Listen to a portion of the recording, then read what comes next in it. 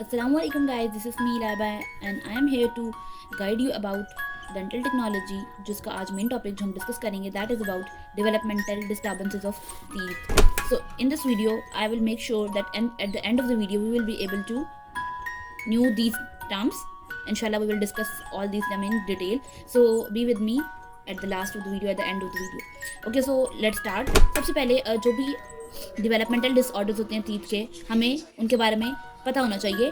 Size की base पे भी होते हैं, नंबर की बेस पे भी होते हैं एंड शेप की बेस पे भी होते हैं. साइज़ की बेसिस पे तो बहुत दो ही हैं, microdontia and macrodontia. Micro mean small, जिसमें टीथ आपको छोटे नजर आएंगे, that is small teeth. Macrodontia large teeth. अच्छा, मैंने ये काम किया कि मैंने जो उस पूरी टर्म की मेन बात है वो मैंने ब्रैकेट में लिख दी है ताकि आप लोग रिमेंबर उसको इजीली कर लें. तो microdontia small teeth and macrodontia is large teeth. Number की बेसिस पे भी दो ही हैं, anodontia and supernumerary teeth. So anodontia, ano का मतलब कि यहाँ पे नो, तो डोंशिया टीथ, तो anodontia there is no teeth, कोई टीथ मुंह में कोई दांत है ही नहीं. And the supernumerary teeth there is some extra teeth, ठीक है, या उसके अंदर कोई एक्स्ट्रा टीथ जो है वो आपके मुंह में आ चुका है. एनोडोंशिया के अंदर हम पढ़ेंगे कंप्लीट क्या होता है, पार्शियल क्या होता है. इसके लिए आप वीडियो को लास्ट तक मेरे साथ देखते रहे. अभी मैं सिर्फ एक आपको इसका इंट्रो दे रही हूँ. देन शेप की बेसिस पे ये सारी टर्म्स हैं and I will make sure कि आपको ये सब क्लियरली समझ आए. जो भी आपको ना समझ आए आप कमेंट्स में मुझसे पूछ सकते हैं. So number 1 is germination. Germination में हम कॉमन टर्म यूज करेंगे, that is twinning of teeth. Twinning अभी हम पढ़ेंगे कि ट्विनिंग ऑफ टीथ क्या होती है. जस्ट आपने इसके लिए वर्ड याद रख लेना है कि ट्विनिंग हो रही है टीथ की, क्या है वो भी पढ़ते हैं. फ्यूजन का मतलब क्या है कि दो दांत आपस में फ्यूज करेंगे, ठीक है, और वो हमें लगेगा कि ये एक ही दांत है. अभी जैसे आपको ये एक ही दांत लग रहा है, बट यहाँ पे क्या हुआ, this one is separate, this one is separate, और ये दोनों फ्यूज करके एक दांत बना रहे हैं. देन उसके बाद कॉन्क्रेसेंस. कॉन्क्रेसेंस मतलब होता है that is fusion from the cementum, यानी सीमेंटम के पोर्शन से. आपको पता है अगर आपने टूथ की मॉर्फो पड़ी है, मेन टूथ की, कि उसके अंदर एक डेंटीन है, इनेमल है, देन उसका रूट कैविटी, उसके बाद उसकी पल्प कैविटी, देन उसकी सीमेंटम है, तो सीमेंटम के रीजन से फ्यूजन हो जाती है. देन डायरेसिलेशन. डायरेसिलेशन से याद रख लेना है एक मेन बात, that is bent in the root. Root के पोर्शन में बेंट आ जाएगा, नॉर्मल से थोड़ा सा कर्व्ड हो जाएगी. Taurodontism. Taurodontism bull shape tooth, ठीक है, ये मेन वर्ड टोरो से याद रख लेना है, बुल शेप. डेंस इनवेजिनेटस है, यानी कि अंदर की तरफ कुछ, यानी ना टूथ विद टूथ, एक दांत के अंदर दूसरा दांत आ गया है. Dens invaginatus, a tooth outside. Tooth आया है लेकिन वो अंदर नहीं है, it is outside. And then is talon's cusp. Talon's cusp क्या है, the cusp on the lingual and the palatal side. यानी टूथ की डिफरेंट साइड्स होती हैं, जैसे मीजियल होती है जो मिड लाइन के करीब होती है, डिस्टल जो के मिड लाइन से दूर होती है. देन इसी तरह लिंगुअल और पैलेटल होती हैं जो पीछे की तरफ हैं, और आगे की तरफ जो है वो फेशियल है. तो लिंगुअल या पैलेटल साइड पे कस्प जो आ जाता है उसको हम कहते हैं talons cusp. Then is enamel pearl. Enamel pearl जो कि पर्ल में एक छोटा सा इनेमल, ये मैंने इनेमल बनाया है, ठीक है, और इसमें एक छोटा सा पर्ल आपको नजर आ रहा है, इनेमल पर्ल. तो these were few terms on the basis of the shape जो कि डेवलपमेंटल डिसऑर्डर्स हैं. सो अब हम इनको वन बाय वन डिस्कस करेंगे एंड मेक श्योर आपको क्लियर चीजें समझ आए. आपको कुछ भी कंफ्यूजन है आप मुझसे कमेंट्स में पूछें एंड मेक श्योर करें कि आप सब्सक्राइब करें चैनल को. अगर आप न्यू है तो वीडियो को लाइक भी करें अगर आपको अच्छी समझ आती है, ठीक है.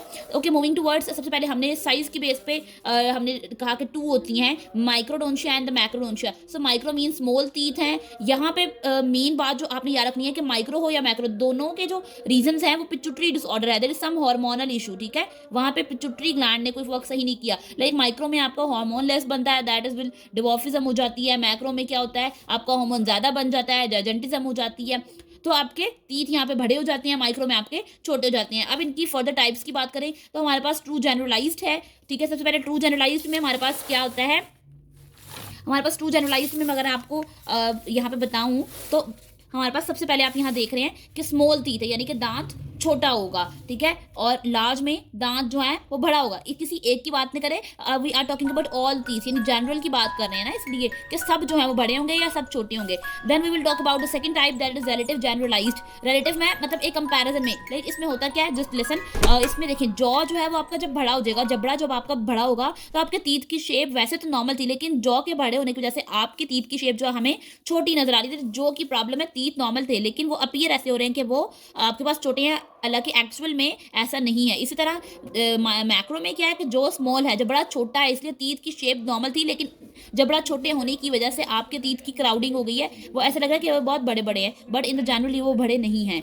उसके बाद है हमारे पास थर्ड पे फोकल जनरलाइज्ड. तो फोकल में क्या होता है, सब बड़े नहीं होते या सब छोटे नहीं होते, उनमें से कुछ टीथ होते हैं, the few teeth are smaller और the few teeth are larger. कुछ बड़े होंगे या कुछ छोटे होंगे. You have to memorise the examples के जो हमारे पास माइक्रो है उसमें कौन सा आता है हमारे पास फोकल में, पैगलेटरल्स, ठीक है। ये मोस्ट कॉमन कौन कौन से हैं, मैक्सिलरी लेटरल इंसाइजर्स, ठीक है, याद रख लें MLI, maxillary lateral incisors and the third molar. और अगर आपको याद रह जाए तो वेल एंड गुड, ना भी रहे तो कोई मसला नहीं, बट आपने ये एक बार देख लेना है कि मैक्सिलरी और mandibular second pre molar teeth. I am again repeating, आपने मेन याद रख लेना है। अगर आपको पैगलेटरल याद रह रहा है या आपको मैक्सिलरी लेटरल इंसाइजर MLI या मलाई से रख लो MLI याद होता है तो that is well and good. उसके बाद अगर हम फोकल जनरलाइज्ड में मैक्रो की बात करें तो वो जो डिसऑर्डर होता है ना, हेमी फेशियल हाइपरट्रोफी, हेमी मतलब एक साइड से जो फेस है वो आपका जो है वो बड़ा सारा आ रहा है, जिसकी वजह से जो आपके टीथ हैं अपीयर होने हैं कि वो बिग हैं, बड़े बड़े हैं हमारे पास। That is all the three types of the micro and the macrodontia, जो कि मैंने आपको कंपैरिजन में यहाँ पे बताई। Okay, moving towards the number. अभी ये यहाँ तक हम लोगों ने साइज की बेस पे क्लासिफिकेशन कर ली है। देन अब हम बात करें नंबरिंग की बेस पे। सो नंबर की बेस पे भी दो टर्म्स हैं, एनोडोंशिया एंड सुपरन्यूमरी टीथ। एनोडोंशिया क्या है, that is absence of teeth, ठीक है, या तो वो कंप्लीट होगी या तो वो पार्शियल होगी। कंप्लीट में क्या है कि सारे जो टीथ हैं वो बिल्कुल ही कोई भी टीथ है ही नहीं है मुंह में, जबकि पार्शियल में क्या होता है कि कुछ मिसिंग है, द फ्यू आर मिसिंग। अब कंप्लीट के में पढ़े तो वो क्यों है, रीजन क्या है उसकी, it is ectodermal dysplasia. Ectoderm वो लेयर है आपकी जिससे डिफरेंट आपके स्ट्रक्चर्स बनने होते हैं, लाइक आपके टीथ एक्टोडर्म लेयर से बनते हैं, आपके नेल्स, आपकी स्किन, ये चीजें बनती है। अगर एक्टोडर्मल डिस्प्लेसिया होगा तो आपको लैक ऑफ टीथ होगी, हेयर होगी, जिसकी वजह से इसको ही हम कंप्लीट को ही हम नाम देते हैं, दैट इज ट्रू एनोडोंशिया, ठीक है, यानी कंप्लीट एनोडोंशिया का ही सेकंड नेम है ट्रू एनोडोंशिया। देन हम पार्शियल की बात करें तो पार्शियल में क्या होगा, फ्यू आर मिसिंग, सारे नहीं जबकि कुछ थोड़े से मिसिंग है। लाइक दैट मोस्ट कॉमन जो पार्शियल में आता है दैट इज थर्ड मोलर, जो थर्ड मोलर होगा वो मिसिंग होगा। परमानेंट की बात करें अगर परमानेंट टीथ की, लेकिन अगर हम डिसिडुअस की या प्राइमरी टीथ की बात करें तो उसमें मैक्सिलरी लेटरल इंसाइजर, अगर आप दोनों को याद रख लो, यहाँ पे भी हमने मैक्सिलरी लेटरल इंसाइजर्स की एग्जांपल पढ़ी है और यहाँ पे भी हमने मैक्सिलरी लेटरल इंसाइजर्स पढ़ा है, ठीक है। तो डिसिडुअस के केस में MLI यानी मैक्सिलरी लेटरल इंसाइजर जो है वो पार्शियल एनोडोंशिया शो करेंगे। रीजन क्या है एनोडोंशिया की, रीजन जो है वो चाहे पार्शियल या कंप्लीट, रीजन ये है कि हाई रेडिएशन हुई है, यानी पेशेंट जो था वो बहुत ज्यादा रेडिएशन से उसका एक्सपोजर हुआ है। और सेकंड रीजन ये हो सकती है कि जो आपकी टीथ है आपका वो डेवलप ही नहीं हो पा रहा, there is issue in the development of the teeth, वो डेवलप नहीं हो पाया। अगर हम इसकी थोड़ी सी टाइप्स की बात करें एनोडोंशिया की, तो सबसे पहले हमारे पास ट्रू एनोडोंशिया होता है, ठीक है, जैसे जिसमें क्या होता है, there is failure of tooth germ to form. Tooth की सबसे पहले जम बनता है, उसकी जम लेयर्स बनती है, देन उसके बाद टूथ इरप्ट होता है। तो उसमें क्या हुआ कि टूथ की जम बनी नहीं, जब टूथ की जम नहीं बनेगी तो टूथ कैसे बनेगा, तो it is true anodontia. Number one is true anodontia. Of moving toward the second one that is pseudo anodontia. That pseudo में क्या है, दैट इज फॉल्स लाइक होता है basically, teeth are present but they are submerge, यानी teeth आपके मुंह में थे, हम ये नहीं कह सकते कि वहां पे टीथ है ही नहीं, they are present but they are submerge, यानी वो इरप्ट नहीं हुए, ठीक है, वो बाहर की तरफ नहीं आए, दैट इज सबमर्ज, अंदर की तरफ धंसे हुए हैं। Then number third is false anodontia. False में क्या होता है, टीथ जो है वो लॉस हो जाते हैं ड्यू टू एक्सट्रैक्शन, यानी आपके टीथ गिर गए हैं, टूट गए हैं, आपके टीथ थे लेकिन वो एक्सट्रैक्ट हो चुके हैं, जिसकी वजह से अब वो आपको एनोडोंशिया फेस हो रहा है, दैट इज फॉल्स एनोडोंशिया। उसके बाद देखो हर जो भी आप डिजीज पढ़ोगे ना वो किसी ना किसी फर्दर डिजीज की वजह से होगी। जो हमारे पास सिंड्रोम्स है दैट इज हॉल RBCs, आपने मेजर बहुत इंपॉर्टेंट है ये याद रखना है, hall RBCs। What is hall RBCs अगर हम देखते हैं तो उसके लिए आप याद रखना कि जब भी आपको कहीं पे भी लिखा आएगा ना कि मैंडिब्यूलो ऑक्यूलो यहाँ पे हाइपोट्रॉफी हुई है, तो उसमें क्या होगा कि आपकी जो रिटार्डेड ग्रोथ होती है, जब आपकी ग्रोथ रिटार्डेड है इसका मतलब आपकी टीथ की ग्रोथ, आपकी हेयर्स की ग्रोथ, आपकी नेल्स की ग्रोथ, ये सब रिटार्डेड है। रिटार्डेड है तो इसका मतलब टीथ ग्रो ही नहीं कर रहा, तो एनोडोंशिया है। और ये जो RBCs है, RBCs का यहाँ पे जो मैंने रखा है मतलब एक मिनट, ये जो इसका बेसिकली निमोनिक है दैट इज R से है आपका रीगर सिंड्रोम, B से आपका बुक सिंड्रोम है। तो रीगर सिंड्रोम में क्या होता है, आप हाइपोडोंशिया फेस करते हो। हाइपोडोंशिया में क्या होता है, आपके फेस में सिर्फ 2 टीथ होते हैं, that is only 2 teeth in your face. आपके बाद उसके बाद आप ग्लूकोमा भी फेस करते हो। ग्लूकोमा का मतलब क्या होता है कि जब आपकी आई के अंदर मौजूद इंट्रा ऑक्यूलर प्रेशर बढ़ता है, जब उस प्रेशर के बढ़ने की वजह से आपको ब्लाइंडनेस हो जाती है। फिर बी का मतलब क्या है, B that is book syndrome. Book syndrome का मतलब है, इसका ये ऐसे याद रखा जा सकता है जैसे ये लाइन याद कर लें, reading the book your hair turns grey. Like आप जब बुक्स पढ़ रहे हो, आप बहुत स्टडी कर रहे होते हैं तो आपके बाल जो है वो ग्रे सफेद होना शुरू हो जाते हैं। तो ये क्यों, इससे क्या याद रहेगा कि इसकी सिम्टम है कि प्रीमेच्योर ग्रोइंग ऑफ हेयर। जब आपको प्रीमेच्योर ग्रो नजर आएगा ना तो आपको कुछ ना कुछ शक होगा कि हाँ मुझे कोई एनोडोंशिया का सिम्टम है। ओनली प्रीमोलर, और इस केस में सिर्फ आपके प्रीमोलर्स मिसिंग होते हैं क्योंकि ये पार्शियल की example, it is not complete, ठीक है। इसमें पार्शियल है, इसका मतलब इसमें सिर्फ प्रीमोलर मिसिंग है, बाकी सब मौजूद हैं। The second one is supernumerary teeth. Supernumerary teeth जो है वो हमारे पास क्या होता है basically, increase in the number of teeth, यानी टीथ का जो नंबर है वो ज़्यादा हो चुका है हमारे पास। और ये प्राइमरी जो है वो ज़्यादा होंगे as compared to the deciduous. और फिर इस तरह मैक्सिला में टीथ ज़्यादा होंगे as compared to your mandible. जो टीथ हमारे पास एक्स्ट्रा आते हैं वो मिनिएचर होते हैं, छोटे होते हैं, कॉनिकल शेप उनकी कॉनिकल होती है।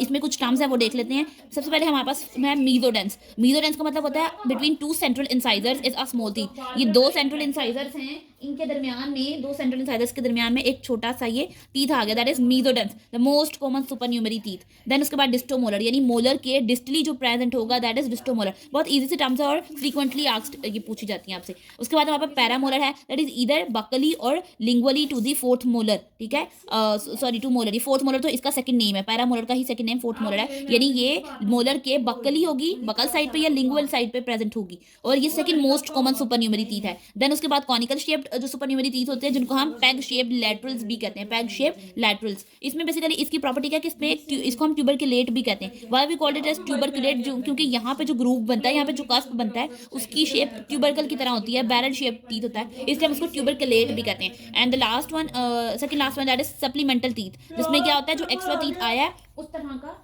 डुप्लीकेट होता है वो हमारे पास मैक्सिलरी लेटरल इंसाइजर्स। यहाँ पे क्या होता है जो आपका टीथ एक्स्ट्रा आएगा वो क्या होगा, दैट इज डुप्लीकेट, यानी मैक्सिलरी लेटरल इंसाइजर। देखो आप कहीं आपने एग्जांपल दो तीन दफा मैं रिपीट करती हूँ, आपने यहाँ पे भी हमारे पास मैक्सिलरी लेटरल इंसाइजर्स हम लोगों ने पढ़ा, हमने इसकी एग्जांपल में मैक्सिलरी लेटरल इंसाइजर पढ़ा, हमने इसकी एग्जांपल में भी मैक्सिलरी लेटरल इंसाइजर्स पढ़ा है। तो हमारे पास ये क्या है, सप्लीमेंटल टीथ में आ जाता है। उसके बाद कुछ सिंड्रोम्स होती हैं जो एसोसिएटेड हैं सुपरन्यूमरी टीथ के साथ, जिसमें हमारे पास है क्लीडोक्रेनियल डिस्प्लेजिया और गार्डिनर सिंड्रोम। ये एज इट इज आपने एग्जांपल्स इनकी याद रखनी है, इनकी डिटेल में जाने की जरूरत है, जस्ट नेम रिमेंबर करें कि सुपरन्यूमरी टीथ यानी एक्स्ट्रा टीथ में, जिसमें मीजोडेंस, डिस्टोमोलर, पैरामोलर, सप्लीमेंटल टीथ, कॉनिकल शेप, ये 5 टर्म्स हैं, ठीक है, जो सब टाइप्स हैं सुपरन्यूमरी की। उसमें ये कुछ सिंड्रोम्स आती हैं, क्लीडोक्रेनियल डिस्प्लेजिया एंड गार्डिनर सिंड्रोम। सो इस वीडियो में अभी तक हम लोगों ने क्या कवर किया, हम लोगों ने अभी तक डेवलपमेंटल डिसऑर्डर्स ऑफ टीथ में उसकी साइज की बेस पे हमने डिस्कस कर लिया, उनकी माइक्रो और मैक्रो की टाइप्स भी हमने डिस्कस कर ली, नंबर की बेस पे हमने एनोडोंशिया और सुपरन्यूमरी टीथ डिस्कस कर लिए। So in the next video हम लोग शेप को डिस्कस करेंगे। So stay tuned and subscribe my channel as well.